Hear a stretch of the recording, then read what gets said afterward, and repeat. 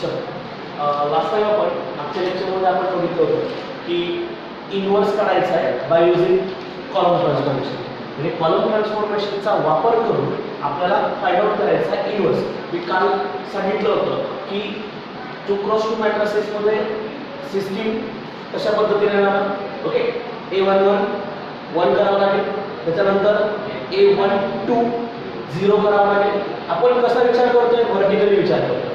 आता column wise विचार करतोय. मग सिस्टीम ही लक्षात असू द्या की आपण ज्या वेळेला 2 क्रॉस 2 मॅट्रिसेसला आयडेंटिटीमध्ये कन्वर्ट करतो त्यावेळेला काय करावं लागेल, एक A11 1 केला, त्याच्यानंतर त्याचा वापर करून कोणाला 0 करायचं, A12 ला 0 करायचं.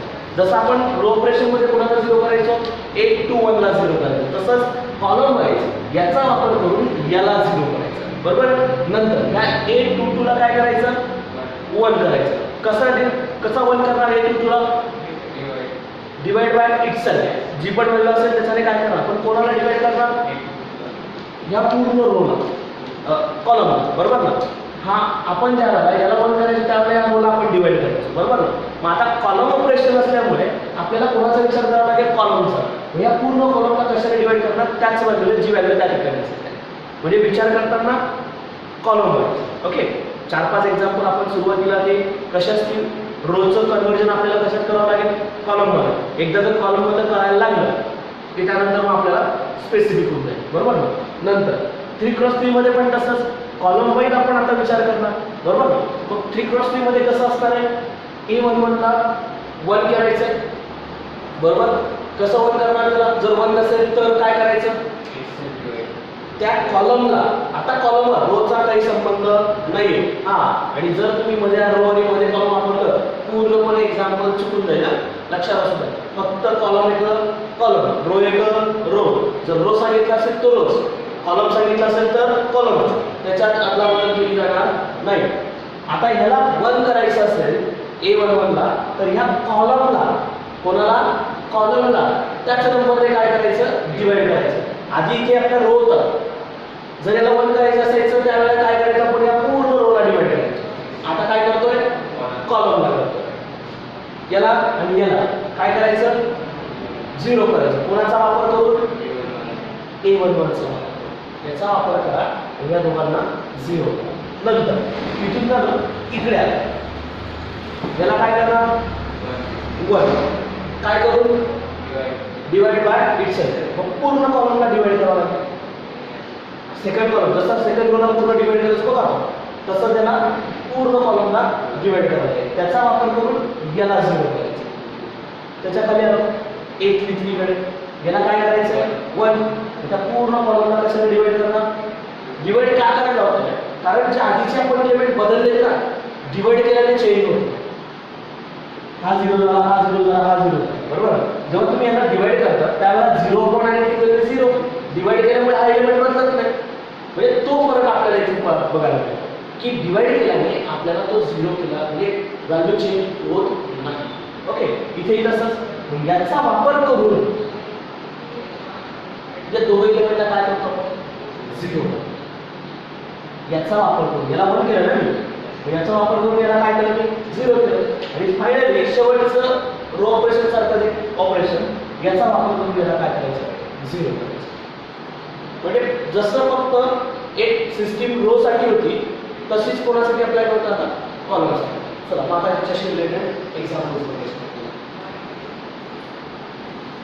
जे एक्झाम्पल आपले रो मध्ये झाले तेच एक्झाम्पल, आणि फक्त एवढंच तिथे चेक करत राहा.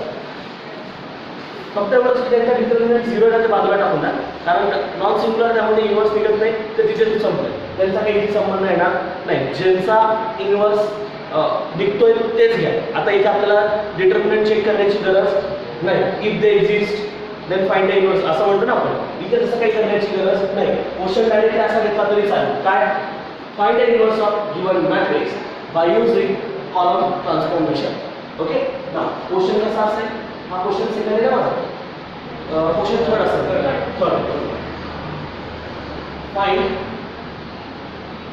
Inverse of given matrix by using suitable column transformation by using suitable column transformation. Okay, आता ज्याचा आपला पहिला एक्झाम्पल झाला का, रो मधला पहिला एक्झाम्पल त्याचा झालं का, नव्हतं झालं. पुढचं एक्झाम्पल, पहिलं एक्झाम्पल याचं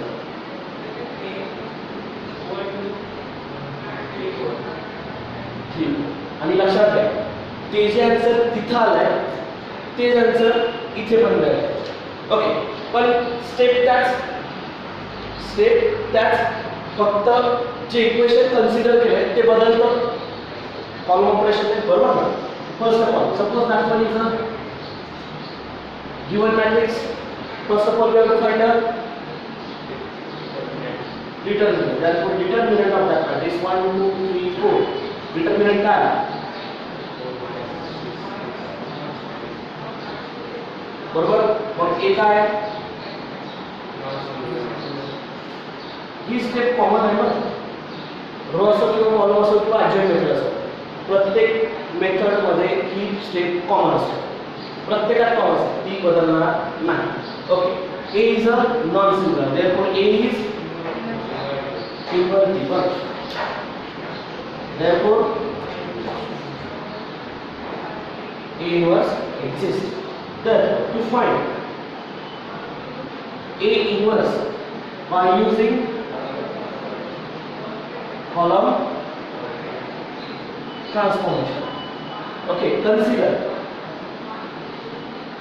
काय कन्सिडर करायचं? इथे इक्वेशन बदल. रो साठी A into A inverse, इथे A inverse into A. Process तीच, त्याच्यात चेंज होत नाही. A inverse ला ॲज इट इज ठेवायचं. A ला कशात कन्वर्ट करायचं? आयडेंटिटी मध्ये. जे आयडेंटिटी मध्ये कन्वर्ट करण्यासाठी ऑपरेशन वापरायचं तेच पुन्हा वापरायचे आयडेंटिटीवर, RHS साइड, बरोबर. LHS RHS सेम ऑपरेशन आपल्याला. मग A inverse into 1, 2, 3, 4 equals to identity 1, 0, 0, 1. बरोबर इथपर्यंत. ओके, नाउ पहिला एलिमेंट ऑलरेडी वन आहे, त्याला वन करण्याची गरज नाही. आता महत्त्वाचं कॉलम ऑपरेशन, याचा वापर करून याला झिरो करायचं. लक्षात घ्या, आता प्रोसेस आपली चेंज झाली. याचा वापर करून याला झिरो करायचं. तेच याला कितीने मल्टिप्लाय करणार? जर याला झिरो करायचं असेल तर याला कितीने मल्टिप्लाय करणार? -2 ने. कितीने? -2 ने. चेंज कोणाला करताय? C2 ला. हा तुमचा काय? C1. हा काय तुमचा? C2. मग तुम्ही कोणाला चेंज करताय? C2 ला. जसं रो मध्ये R1 R2 व्हायचे तसे इथे कोण असतील? C1 आणि C2 असतील. मग आपल्याला इथे कोणाला बदलायचं आहे? C2 ला. तुम्ही असं मेन्शन केलं चालेल का? C2 changes to C2. C1 ला कितीने मल्टिप्लाय केलं? त्याच्या एक्झॅक्टली अपोजिट नंबरने मल्टिप्लाय केलं, बरोबर. C2 - 2 C1. मग आता बदलणार कोण? पूर्ण C2 चेंज होईल, बरोबर ना. आता हा C2 चेंज होईल का? फक्त एवढा C2 चेंज होईल का? नाही, तर याचा सुद्धा C2 चेंज होईल. तोच तो महत्त्वाचा भाग आहे. कॉलम अवघड का वाटतं? कारण आपण जे ऑपरेशन याच्यावर अप्लाय करतोय ते ऑपरेशन याच्या C2 वर पण अप्लाय करावं लागेल. जसं आपला याचा C1 आणि C2 आहे, बरोबर ना. रो मध्ये काय करायचं? एक रो पहिला रो R1 ला चेंज करायचं म्हणजे या पूर्ण याचा पण R1 चेंज करायचं, याचा पण R1 चेंज करायचं. तसंच इथे C2 ला चेंज करतोय म्हणजे याचा पण C2 चेंज व्हायला पाहिजे, बरोबर ना. कारण दोघं बाजूंना इक्विव्हॅलेंट ऑपरेशन तेच घ्यावं लागतं. चला सांगा मला, A इनवर्स इंटू C1 ला काही चेंज करतोय का आपण? नाही. C1 as it is. C1 as it is 1, 3 equals to 1, 0. दोघांचे C2 बदल. ओके, चला ऑपरेशन काय माझ्याकडे? C2 - 2 C1. Okay, C2 2. आता C1 C2 C1 असं बघायचं. C2 C1 2 - 2 इंटू त्याच्या करस्पॉन्डिंगला C1 किती? 1, 0, बरोबर. नंतर C2 किती इथे?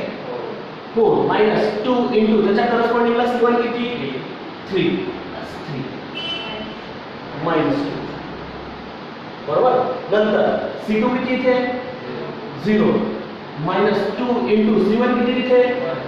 1, -2 बरोबर. C2 किती आहे 1 -2 इंटू त्याच्या करस्पॉन्डिंगला C1 किती 0. म्हणजे इथे काय जे इलेमेंट तुम्ही इथे बदलायचा प्रयत्न करशाल ते इलेमेंट इथे बदलायचे ऑटोमॅटिक इकडच्या आयडेंटिटी इलेमेंट मध्ये ते इलेमेंट बदलायला. बरोबर. चला पुढचं ऑपरेशन बघा. Next operation. हा याला काय करायचं 1 कसं करणार त्या कॉलमला कितीने डिवाइड करणार -2. कोणत्या कॉलमला म्हणजे कोणाला चेंज करतोय C2 अपॉन -2. नुसता याचा C2 बदलेल का याचा सुद्धा याचा सुद्धा C2 ला कशाने डिवाइड करायला लागेल -2. मग चला A inverse as it is into पहिला कॉलम ॲज इट इज नंतर 0 1 बरोबर ना 0 अपॉन -2. आता डिवाइड का करतो मी परत एकदा सांगतो. डिवाइड का करतो जे आधीचे एलिमेंट आपण बदलले त्यांना काही फरक पडायला नको. नाही तर मग दुसरा एलिमेंट बदलायला गेलं की आधीचे एलिमेंट बदलतो. असं करत नाही. म्हणून आपल्याला आधीचं एलिमेंट जर तसंच ठेवायचं असेल आणि दुसरा एलिमेंट बदलायचा असेल तर डिवाइड केलेलं बेटर असतं. मग याला आपण या पूर्ण कॉलमला किती डिवाइड केलं -2. 0 अपॉन -2 0 -2 अपॉन -2 म्हणून घेतलं. पुढे आता RHS करायचा. हा कॉलम ॲज इट इज पहिला 1 0 नंतर मेला सांगा -2 अपॉन -2 1 अपॉन बस -1 अपॉन बरोबर पूर्ण कॉलमला. ओके. नंतर पुढचं सांगा. जसं जसं एलिमेंट बदलेल तसे सिक्वेन्स पण बदलतात बरं ना. चला आता याचं म्हणजे याला आता कोणाला बदलतोय C बदलतोय. मग C1 चेंजेस टू याला कितीने मल्टिप्लाय करून म्हणजे याला चेंज करता येईल -3. C1 -3 C2 C2 चा वापर करून मी काय करतोय 0 बदलतोय. तर मग हा आता कशात कन्वर्ट झाला आयडेंटिटी मध्ये 1 0 0 1 इक्वल्स टू पहिला कॉलम चेंज होणार 1 आणि हा काय ना -1. चला मग आता ऑपरेशन काय C1 -3 C2 बरोबर. मग C1 -3 C2 C1 किती इथे 1 -3 इंटू त्याच्या करस्पॉन्डिंगला C2 किती आहे किती येणार -2 बरोबर. चला पुढे C1 किती इथे 0 -3 इंटू C2 किती आहे हा मायनस मायनस प्लस 3 अपॉन बरोबर आहे का. ओके. आता ऑब्वियसली हा आयडेंटिटी मध्ये कन्वर्ट झाला. बरेच मुलं काय करतात किंवा एक्झाम्पल बघितलं तर मला असं लक्षात येतं कालचे एक्झाम्पल बघितले तर हा आयडेंटिटी मध्ये गेला A inverse into identity equals to याचं तर कॉमन पॉईंट निघेल का 1/2 करा ना फक्त नंतर आपण बाकीचं बोलूया की मायनस करायचं तर मायनस करा काही फरक पडणार नाही. ओके. मायनस काढला म्हणजे आपला डिटर्मिनंट निघेल बरोबर. पण काही प्रॉब्लेम नाही मायनस काढायचं असं काही गरजेचं नाही. 1/2 जर तुम्ही बाहेर काढला तर इथे काय येईल -4 पुढे मल्टिप्लाय डिवाइड करावं लागेल ना मला. इथे 2 इथे 3 कारण 1/2 बाहेर निघेल. इथे मायनस बरोबर. काही चेंज लक्षात घ्या. बरेच जण ॲज इट इज इथपर्यंत आन्सर काढतात. मिस्टेक सांगते ॲज इट इज ह्या आयडेंटिटीला मल्टिप्लाय करा. एक स्टेप वाया आपल्या वाढेल फक्त वाया काही जाणार नाही. याला लिहायचं A inverse is equals to 1/2 -4 2 3 -1 याला लिहायचं असं पूर्णपणे आन्सर लिहा. पूर्ण आन्सर तुम्ही लिहत नाही. तुम्ही A inverse into identity as it is लिहिताना एवढं फायनल आन्सर असं म्हणतात पण नाही तुम्हाला फायनल आन्सर हे लिहावं लागेल. आता आपलं रो ऑपरेशन चेक करून बघा आपलं हेच आन्सर आलं आहे. सेम आन्सर आलं आहे यायलाच पाहिजे. रो ऑपरेशन म्हणजे आपले जे पहिले एक्झाम्पल सुरुवात केलं ना ते एक्झाम्पल त्याच्याने एक्झाम्पलचं आन्सर आपल्याला मिळालं पाहिजे. आलं लक्षात समजतंय हे. ओके. नंतर चला पुढचं एक्झाम्पल बघा. एक्झाम्पल लिहून घ्या. नंतर ज्यावेळेला आपलं लेक्चर असेल त्यावेळेला तुम्ही ऑनलाईन लेक्चर ज्यावेळेला बसणार त्यावेळेला एक्झाम्पल लिहून टाका किंवा तुम्ही स्वतः ट्राय केलं तरी चालेल. पण दररोजचे एक्झाम्पल जे झाले ते तुमच्या नोटबुकमध्ये मला पाहिजे का जे झाले ते आणि होमवर्कचे एक सिक्वेन्स तोडायची नाही. येत नाही तर मग आधी इकडे 30-32 इकडे 15-20 त्याच्यानंतर असं लिहायचं नाही. सिक्वेन्स ठेवा नाही तर मग ती एक असं गोंधळाला गोंधळ तिथे तयार होते. ते 1 2 3 पुढे गेला 4 फुट होता 5 फुट होता ते लक्षात येतं. सिक्वेन्स ठेवा. वाटल्यास जागा रिकामी ठेवा त्याला भरता येईल असं. नोटबुक ठेवताना चांगली ठेवा नाही तर तुम्ही अभ्यास करताना काय लिहिले आपल्याला कळलं नाही तर आपल्यालाच कळलं आपण काय लिहिलं असं. तसं करायचं नाही. चला सेकंड एक्झाम्पल सांगा.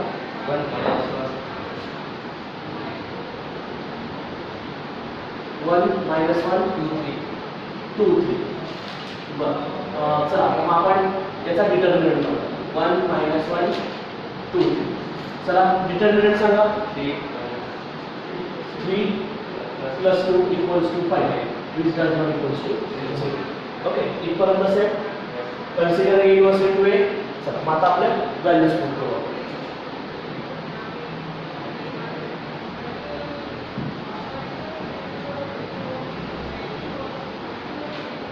जेवढे एलिमेंट बदलायचे असतात तेवढे ऑपरेशन आपल्याला घ्यावे लागतात. चला मग ए इनव्हर्स इंटू ए काय 1 -1 2 3 = 1 0 0 1.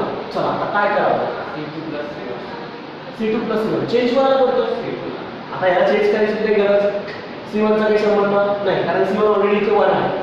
याला 0 करायचं मग दोघांची सिंपल ॲडिशन करावी लागेल. चेंज कोणाला करायचं C2 ला. मग C2 changes to C2 + C1. Change कोणाला करतोय C2. मग चला A inverse into C1 as it is. आता दोघांची काय केली मी 1 -1 0. दोघांची काय केली मी बरोबर equals to 1 0 as it is. यांच्या दोघांची काय केली हा 1 आहे. सोपं. नंतर याला 1 करायचं काय करावं लागेल डिवाइड. पूर्ण कॉलमला 5 ने डिवाइड. मग C2 changes to C2 upon 5. C2 upon 5. चला मग आता सांगा बरं पटकन मग A इनव्हर्स इंटू पुढे 1 0 2 1 0 upon 5 0 5 upon 5 कॉलमला डिवाइड केला. C2 कॉलमला आपण डिवाइड केला इक्वल्स टू हा 1 0 ॲज इट इज. हां हे दोघं 1 होतं. किती डिवाइड केला या कॉलमला C2 ला दोघे एलिमेंट काय केले 1/5 1/5. पुढे हां आता याला काय करायचं याला कितीने मल्टिप्लाय -2 बरोबर ना. C1 ला चेंज करतोय C1 - 2 C2 C1 - 2 C2. Okay मग A इनव्हर्स इंटू 1 0 0 1. हा तर ऑटोमॅटिक आहे. जर ऑपरेशन बरोबर असेल तर तो हाच होईल. ओके आता इलेमेंट जे बदलायचे ते कुठले बदलायचे याचे. हा 1/5 1/5. चल सांगा बरं पटापट आपण ऑपरेशन काय C1 - 2 C2 बरोबर. C1 काय 1 - 2 इंटू त्याच्या करस्पॉन्डिंगला C2 काय काही नाही.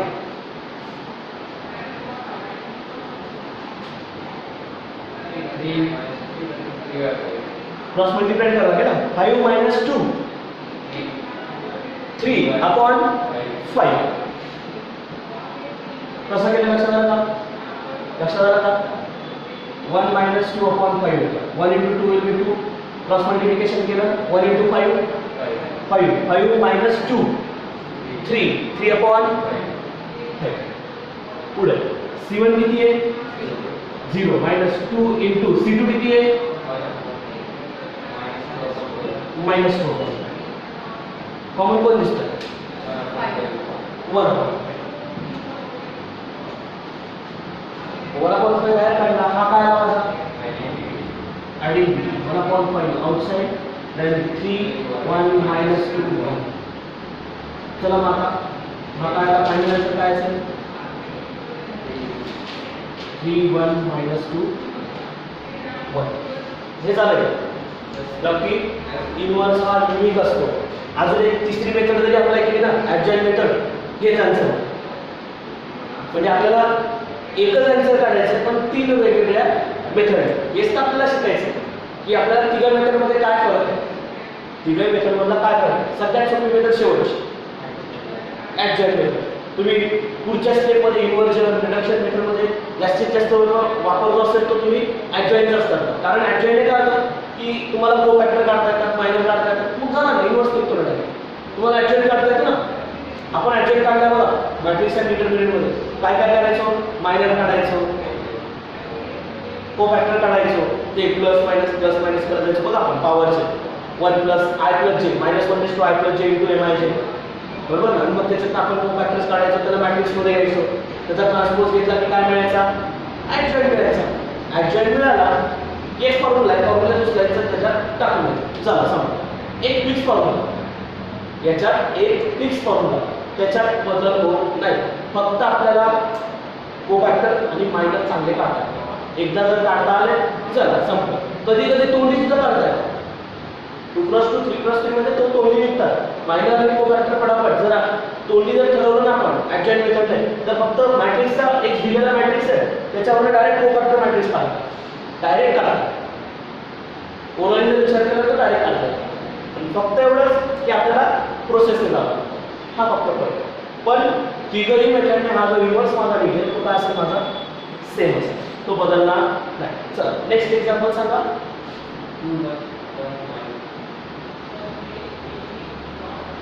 Third 2 1 1 minus okay. चला मग आता रिटर्न वेळ घ्यायचा 2 1 1 मायनस 1 सांगा. -2 -1 equal to minus which does not reduce to 0. Okay हे ऑब्वियसली इनव्हर्टेबल आहे. चला मग आता काय करता येईल सांगा. कॉलम इंटरचेंज करावं लागेल. जसं आपण रो इंटरचेंज करायचं ना तसं इथे काय करावं लागेल मला, कॉलम इंटरचेंज करावं. हा कॉलम आणि हा कॉलम आदला बदल करून घ्यायचा बरोबर. आधी त्याला लिहून घ्या 2 1 1 मायनस 1 इक्वल्स टू 1 0 0 1. आता कोणत्या कोणत्या कॉलमला इंटरचेंज करतोय, C1 आणि C1 interchanging to C1 interchanging to C. A inverse into चला C1 आणि C2 ला बदलूया 1 -1 2 1. इकडे सुद्धा बदलावे लागतील. इकडचा कॉलम इकडे घ्या 0 1 1 0 आदला बदल बरोबर. आता आपली प्रोसेस चला सांगा पटपट आपण पाहू. याला 0 करायचं, पहिला किती मल्टिप्लाय आहे -2 operation C2 changes to C2 minus 2 C1 हा 0 होते. चला मग सांगा पटपट आपण आता पहिला कॉलम आहे 1 -1 ओके हा 0 झाला. चला सांगा C2 -2 into -1 -2 into -1 3 किती येणार 3. हा A inverse equals to 0 1 and this हा सांगा C2 -2 into C1 1 as it is आहे 1. नंतर पुढे 0 -2 into 1 एक लक्षात ठेवायचं डोक्यात फक्त कॅल्क्युलेशन्स करायचं ना. मग C1 C2 C1 C2 हे डोक्यात उचलायचे त्याच्यात पुट करायचं. काय करायचं फॉर्म्युलाच तर नाही आपल्याकडे, हा फॉर्म्युला आहे त्याच्यात व्हॅल्यू पुट करायचं आणि काढायचं व्हॅल्यू.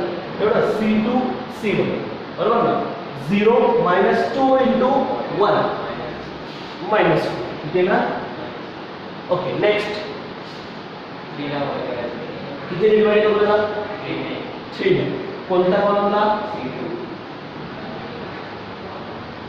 बरोबर ना 1 करायचं.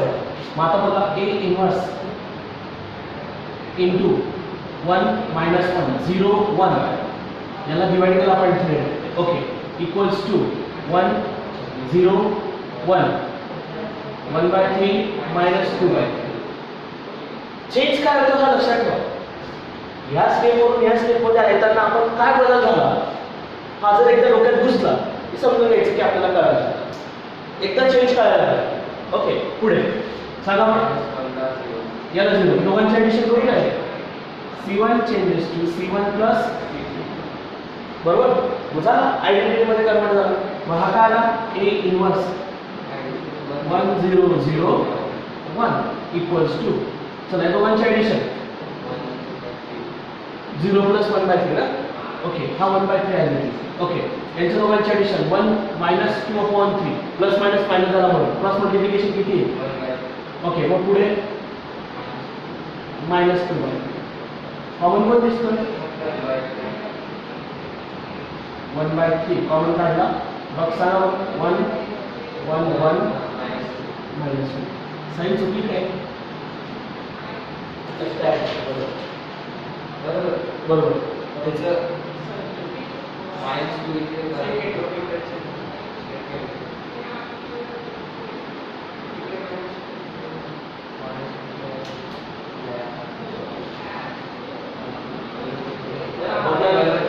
बदल हे दोघांना इंटरचेंज होते ना. हे दोघं इंटरचेंज झाले बरोबर आणि डायगोनल एलिमेंटची साइन बदलतात बरोबर ना. पण इथे मायनस 3 असताना आपण मायनस 3 बाहेर काढलं. हां जर तुम्ही मायनस 3 बाहेर काढला तर कसं येईल असं काहीतरी बरोबर. म्हणजे ॲक्च्युली फायनल आन्सर आपला असं असतं पण मायनस साइन आपण बाहेर न काढल्यामुळे आपल्याला तो दिसत नाही. हेच एखादं बघा बरं का आधीच केलं ना इंटरचेंज आधीच इंटरचेंज करायचं आहे इंटरचेंज 1 3 2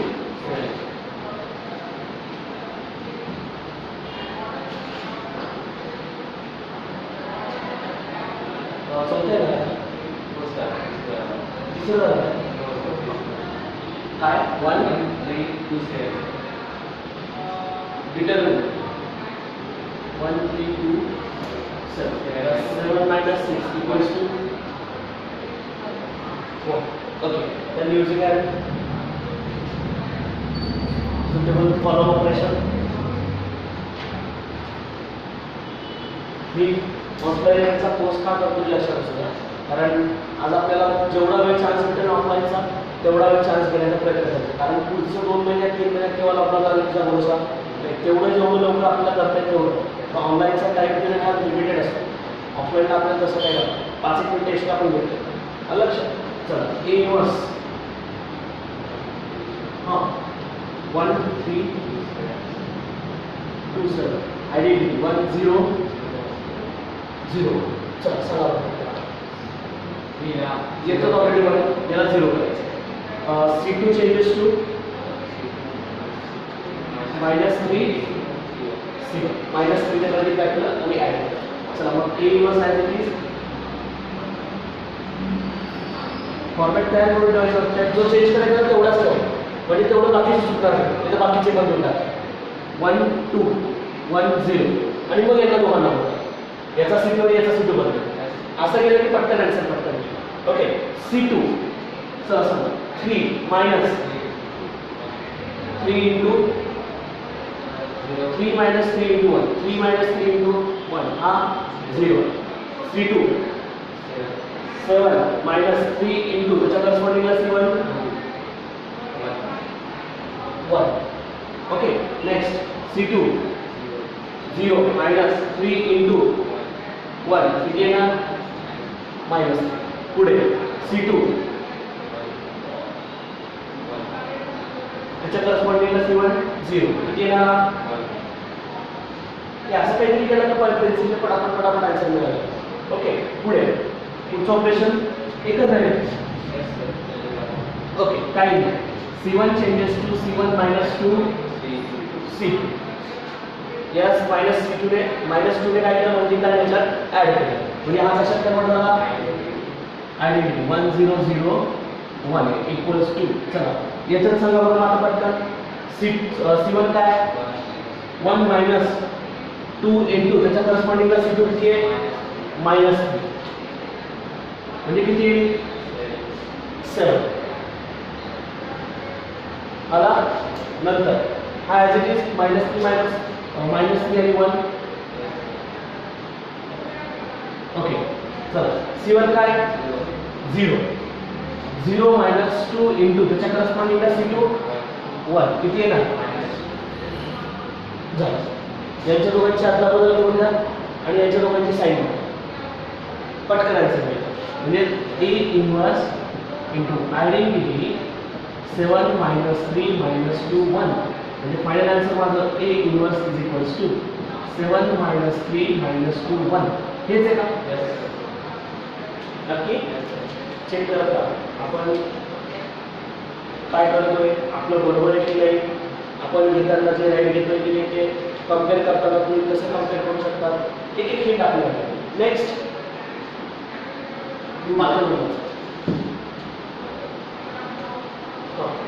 2 1 7 7 ओके रिटर्न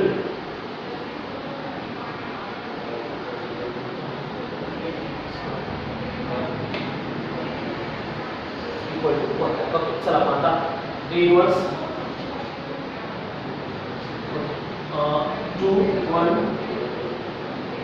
7 मला रिटर्न किती झाला कॉलम इंटरचेंजिंग बऱ्याच जणांनी परत एकदा सांगतो बऱ्याच जणांनी इकडचे रो बदलले आजच्या बेकरमध्ये रो बदलले पण RHS साईडला बदललेले नाही आपल्याला जर LHS वर बदलले असेल तर RHS वर सुद्धा रो बदलावे लागतात फायनल आन्सर मॅच करणार नाही तुमचे तिथले सुद्धा एलिमेंट काय जातील बदलून जातील म्हणून आपल्याला इथे जर चेंज केला असेल जर इथला कॉलम बदलला असेल तर इकडचा सुद्धा कॉलम बदलावा लागतो हे लक्षात असू द्या मग आपण आपल्या दोघांना काय करायचं interchange C1 interchange into C2 लिहिताना असंच द्यायचं रो ट्रान्सफॉर्मेशन कॉलम ट्रान्सफॉर्म असं म्हणायचं नाही बाय चेंजिंग कॉलम असं पण म्हणायचं नाही बाकीचं टाकण्याची काही गरज नाही एवढंच द्यायचं यांच्या दोघांची यांना बदलली डबल हेडेड ॲरो घ्यायचं मग बस ओके चला मग आता रो बदला कॉलम बदला त्याच्यातला हा कॉलम इकडे घ्या हा कॉलम इकडे 1 4 2 7 इक्वल्स टू इकडचा पण कॉलम बदला आता नाही तर येणार जर आधी दिसलं तर फायनल आन्सरमध्ये चुकणार बरोबर मग 0 1 1 0 हा सुद्धा कॉलम बदला तो आता इथपर्यंत बरं पुढे नेक्स्ट याला 0 करायचं पहिला column C2 changes to C2 minus 2C okay चला सांगा A इन्व्हर्स इंटू पहिला कॉलम आहे तिथे बनतो ओके हा 0 झाला इथे काय आहे 7 -2 into 4 -1 बरोबर का नक्की -1 इक्वल्स टू पहिला कॉलम आहे तिथे द्यायचा 0 1 C2 बदला C2 1 -2 into 0 1 नंतर 0 -2 into 1 that's means minus बरोबर आहे काही प्रॉब्लेम लक्षात घ्या डाऊट असेल क्लिअर करा ओके C2 -2 0 ओके नेक्स्ट कॉलमला किती मल्टिप्लाय करू मायनस ओके डिवाइड करायचं मल्टिप्लाय करा मायनस मध्ये काय फरक पडणार सारखं okay C2 changes to -1 into C2 त्या कॉलमला मल्टिप्लाय करा 1 4 आहे 0 into -1 -1 into -1 1 equals to 1 0 column मध्ये एलिमेंटचे साइन बदल आहे ना या कॉलमला मायनस ला मल्टिप्लाय केला आहे कॉलमला मायनस मध्ये सांगतात आता पुढचा कुठे हा चेंज झाला पुढे 4 ला याला 0 करायचं ना याला -4 मल्टिप्लाय मग C1 चेंजेस टू C1 -4 हे जेवढे एक्झाम्पल सॉल्व करतो ना तेव्हा सुचतं बरं काय हा कसा आला, हा कसा आला, जेवढे एक्झाम्पल तुम्ही दिसाल ना तेव्हा ते हळूहळू काय लागते. मग नंतर ऑटोमॅटिक डोक्यात बघितल्याबरोबर समजतं की हा हे आहे, लगेच क्लिक लगेच होतं. पण जेव्हा तुम्ही स्वतः अप्लाय करता, मी अप्लाय करून दिलं तर तुम्हाला ते चांगले देते, पण घरी गेला तर मग काय येतेच कळत. जर एखादं अनदर एक्झाम्पल दिलं की मग काय करून त्याच्या डोक्यात घुसत. मग ते जर घुसवायचं असेल ना तर स्वतः अप्लाय करा. हे जरी तुम्ही घेतलं असेल तर मी का बाकी ठेवलं, तुम्ही घरी गेल्यानंतर याला परत एकदा तुम्ही सॉल्व्ह करू शकता, बघून बघून करायला येऊ शकता. ओके, नंतर चला मग सांगा आता हा इनव्हर्स. हां हा बघू, C1 0 minus 4 into C2 is 0 minus 4 into minus 1 plus 4. नंतर 1 minus 4 into 2 minus 7 येईल ना, minus 7 चला बरोबर. आता का बघा इनव्हर्स तो झाला त्या मॅट्रिक्सचा. बघा याच्यात काही डाऊट आहे, समजतंय, इथपर्यंत क्लिअर आहे ना. ओके, नाव हे 5व्या नंबरचं एक्झाम्पल होतं. आता आपल्या असे 2+2चे किती एक्झाम्पल झाले? 2+2चे 17 एक्झाम्पल, बरोबर. मग आता त्या एक्झाम्पलमध्ये जर आपल्याला काही डाऊट आहे ना, नको ते एक्झाम्पल आपल्याला सॉल्व्ह करता आले. चला 6 नंबरचं सांगा बरोबर.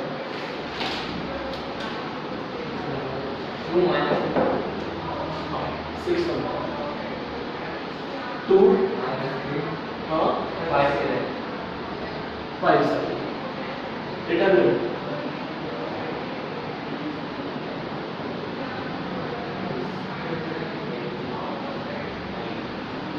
हा झालाय. चला आता पुढे, जर सगळे अप्लाय केले असते ना तर मी जागेवर आपल्याला एक्झाम्पल सॉल्व्ह करून देत असते, म्हणजे मी न सॉल्व्ह करून देता ते तुम्ही सगळ्यांनी केले असते, असं काहीतरी झालं असतं. पण चला ठीक आहे, काय आहे. चला बरोबर. ए inverse 2 minus 3 5 7 is equals to 1 0 0 1. आता थोडंसं कॉम्प्लिकेशन लेवल 1. चला सांगा मला आता मग याला बंद करायचं आहे. C1 ला किती डिवाइड करू? 2 ने. C1 changes to C1 upon 2. या कॉलमला 2 ने डिवाइड करा. A इनव्हर्स 2 upon 2 किती येणार? 1. बरोबर. आणि हा as it is -3 7 is equals to 1 0 1 upon 2 0. याला पण डिवाइड करावं लागेल ना. Okay, 1 upon 2 0 upon 2 as it is. चला पुढे आता पुढचा ऑप्शन आहे. C2 changes to C2 plus 3. इथे -3 ना, याला किती मल्टिप्लाय करेल? +3 आणि दोघांची ॲडिशन घेऊन टाकतो. मग चला सांगा वापरतो आता A इनव्हर्स इनटू पहिला कॉलम आहे तिथे 1 5 upon 2 हा 0 होईल. ओके, नंतर 1 0 1 upon 2 0.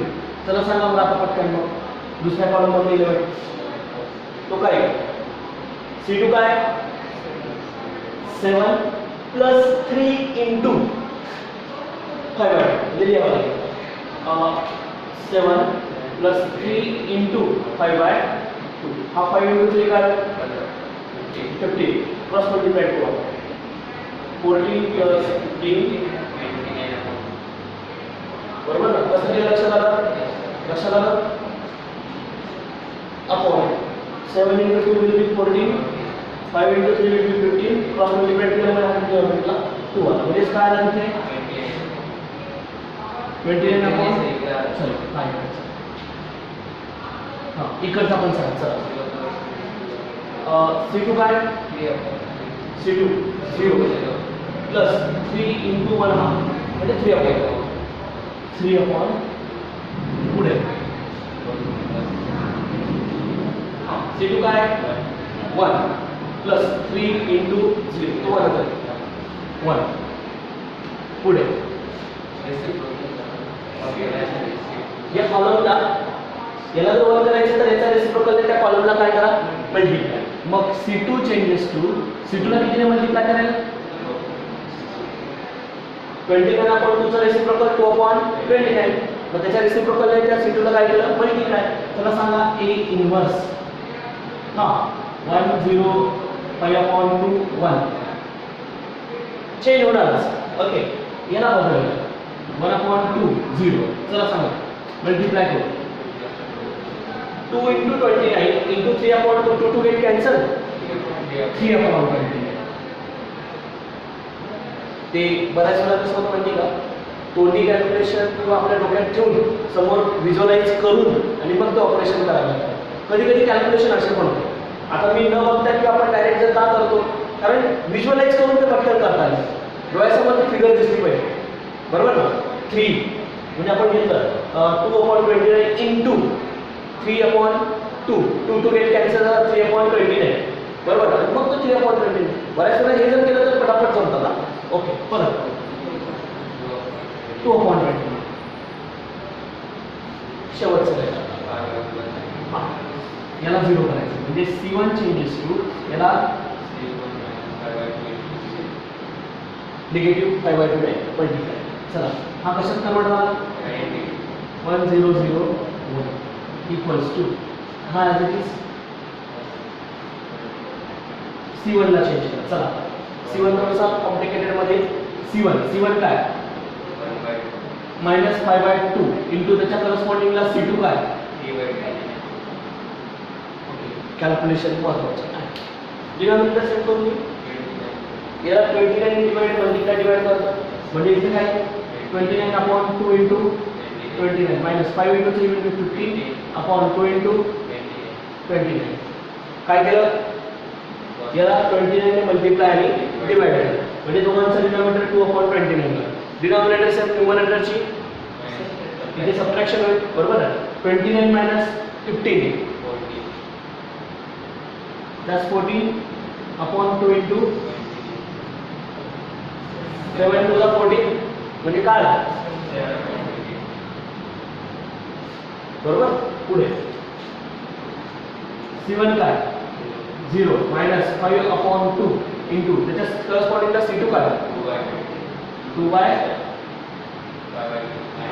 minus 5 कॉमन कोण दिसतोय हा काय माझा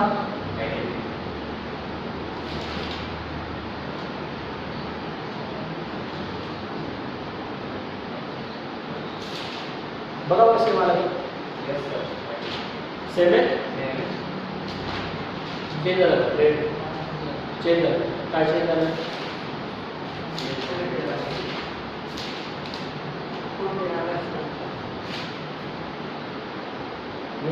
कॅल्क्युलेशन नाही मग तुझा टू राहायचा मल्टिप्लिकेशन दिला असेल कॅल्क्युलेशन ओके इक्वल तर कळलं मग हे कळलं असं थोडंसं हे हाय लेवलचं होतं ना.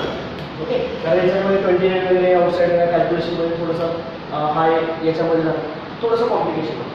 ओके ना कळलं कसं म्हणणार ॲन्सर कम्पेअर करा तिथलं आणि इथलं इथे कॉलम वापरतो तिकडे रो होतो. ओके समजतं इथपर्यंत काय केलं आता याच्यात काय डाऊट याच्यात नक्की समजतंय नक्की क्लिअर आहे व्यवस्थित समजून घ्यायचा. कारण आपण ज्यावेळेला एक्झाम्पल सॉल्व करतो त्यावेळेला कोणत्या पद्धतीने करतोय काय करतोय कशासाठी करतोय हे लक्षात ठेवणं मस्त आहे. Understanding okay. आता एक काम करा पुढचे जे 4-5 एक्झाम्पल येतात ते तुम्ही सॉल्व करा. ओके जेवढे येतात तेवढे जेवढे 2x2 मधले आपले तेच एक्झाम्पल आहेत ते 2x2चे एक्झाम्पल 17 एक्झाम्पल आहेत आपले हे 6 झाले आणि तेव्हा तुमच्याकडे किती एक्झाम्पल येतात 11 एक्झाम्पल आहेत. ते 11 मध्ये जेवढे जमत आहेत तेवढे ट्राय जेवढे जमत आहेत तेवढे ट्राय ओके. कारण ते एक डिटर्मिनंट 0 आला हां ते गेले बरोबर म्हणजे 10 असेल तर त्याच्यात पण अजून एखादा डिटर्मिनंट 0 असेल तर ते बाजूला करू. ओके मग त्याच्यात आपले किती राहिले फक्त 10 पैकी तुम्ही ऑफलाईन राहिले असेल तर आपण इथेच जागा करून घेतलं असेल पण ठीक आहे काय आहे पण आपण डायरेक्ट तुम्ही वाटल्यास घरून करा उद्या आपण परत इथून 7व्यापासून पुढे सुरुवात करू आणि ते एक्झाम्पल तुमची समजू. ओके हे जर झालं ना तर ॲक्च्युअली आपल्याला वेळ लागला सगळ्यात मेनली प्रोसेस हीच आहे आणि मग पुढच्या ज्या मेथड्स आहेत त्या पटापट होतात कारण हे तुम्हाला यायला लागतं ना म्हणजे या पुढच्या मेथड्समध्ये काय होतं स्पीड वाढून जाईल ओके, आणि म्हणजे चॅप्टर लवकरात लवकर आपण संपू शकतो. आलं लक्षात? ठीक आहे, चला बाकीचं आपण उद्या कंटिन्यू करू.